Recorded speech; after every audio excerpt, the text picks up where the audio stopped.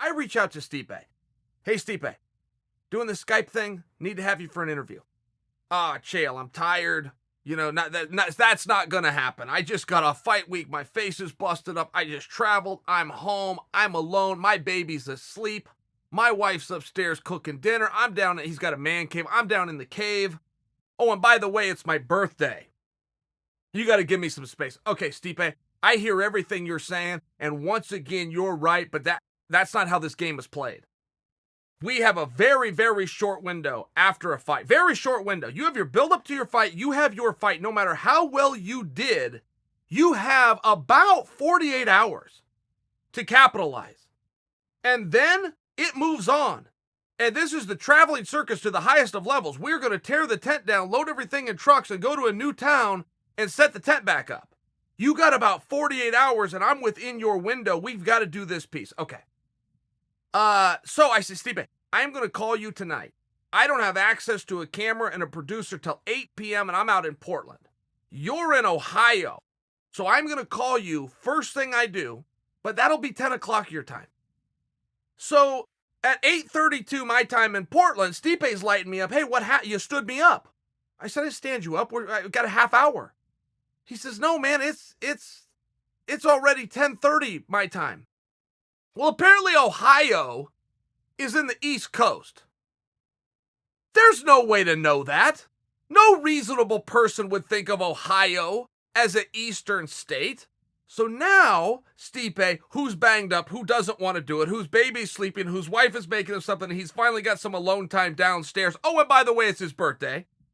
Now he's got to wait until 11 p.m. to do the interview. So overall, it was a real superstar move by Stipe, but I want to start with that. He was a little bit tired. The interview was a little bit quick, but for pretty damn good reason, right? But he did say a couple of things, and guys, so much can be made of weight. So much can be made. There's a reason we have weight classes. There's a reason when Royce Gracie started this thing off in 1993 and weighed 178 pounds, beat 4 men in one evening, and won the championship, that it was shocking news. There's a reason that the first thing that the commissions did when they stepped in was put in divisions also known as weight classes. A lot can be made of weight. It matters. I can remember betting lines changing when Mike Tyson held a training camp in Hawaii, and so many people were like, in Hawaii? Come on. He's not training. Nobody trains in Hawaii. Sure enough, he gets to the scale. He weighs 240 pounds. Mike Tyson in his prime was 220 pounds. He was the favorite going into that fight. The fight is less than 24 hours away, and that fight kicked off with him as a 3-1 underdog. That's how much the lines changed just because of what he weighed on the scale. Oh, and guess what? He got his ass kicked. But weight matters. Stipe comes in, and guys, it's the same story every time. When a guy misses weight, it's like the story I just told you about Iron Mike. The guy's big. He's too big. He hasn't been Stipe's down 10 pounds. Relevance. Stipe Miocic looks like he's carved out of clay to begin with. Where did the 10 pounds come? It had to be muscle. That's just logic. He didn't have 10 pounds of fat on him. It had to be muscle. So now you're telling me that Stipe Miocic in the heavyweight division taking on a bigger Daniel Cormier is expecting a better result by getting rid of 10 pounds of muscle? This has simply never been done. It's never even been tried. He said, listen, and I accept his answer. He said, listen, I didn't mean to lose any weight. My coaches worked my asses off. My wife fed me great. I just happened to I lost 10 pounds. Okay. But it's a very interesting talking point. We do it on this show all the time. We seem to be the only ones that understand. A weight advantage is just something to say. It just means who has more weight. It's never been an advantage. It is a disadvantage every single time. You always want to be the smaller guy, particularly if it's only by a small percentage amount. Particularly if you're talking about 10 and 12 and 15 pounds. You always want to be a little bit lighter, a little bit quicker. Just takes more to tire you out. It's very relevant, particularly in a stand-up game. A stand-up game will always favor the smaller guy. Wrestling will always favor the bigger guy.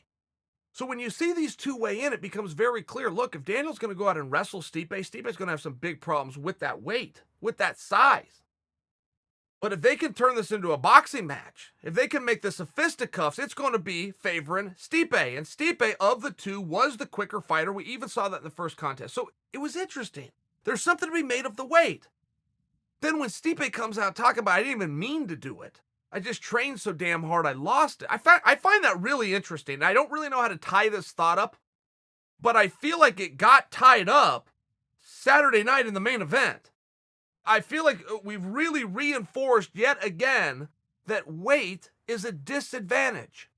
And as much as every father whose kid got his ass kicked on the playground and he wants to cover it up for his buddies at the water cooler the next day and say, well, yeah, Junior's got a black eye, but the kid had 10 pounds on him. As much as they want to do that, in professional fighting, it has been proven time and time again that size works against you. Now, particularly, guys, and don't forget this, particularly in a stand-up fight. The reason that Muhammad Ali was the champion of the world weighed 198 pounds. There's a reason that Mike Tyson, the scariest heavyweight to ever exist, weighed 220 pounds. There is a reason that Deontay Wilder, to use today's example right now in 2019, weighs 211 pounds. It always favors the smaller guy when you're talking about a stand-up fight. Okay. Now, the other thing that he said, and I had to ask him, what an annoying question to be asked. Hey, who are you going to fight next? Are you going to give Daniel a rematch? What an annoying question. But guys, what an appropriate question. I mean, that's only responsible of me. I must ask him what is next. I must. And he's only got 2 days to get his message out there, and we're going to move on. It's going to be Khabib and Poirier, and you're going to forget that fight happened. This is just how the space works. His answer of, hey, I don't even want to think about it, I fully accept that. I just think it is really good business for him to fight Daniel again.